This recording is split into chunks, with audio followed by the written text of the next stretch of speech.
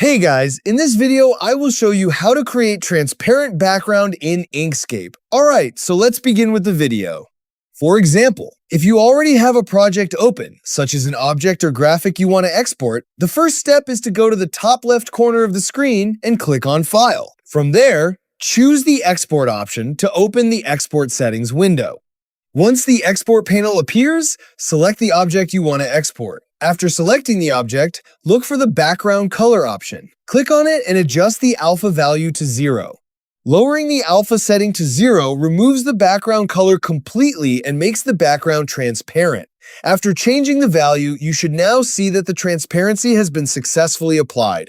Next, make sure you enable the option called Export Selected Only if you only want to export the selected object instead of the entire canvas. It is also very important to choose PNG as the export format because PNG supports transparent backgrounds. After that, enter a file name for your image and make sure it ends with .png. Once everything looks correct, click the Export button. Your graphic will then be saved with a transparent background. And that's it! So that's basically how you can create transparent background in Inkscape. So that's all for this video. See you in the next one. Thanks.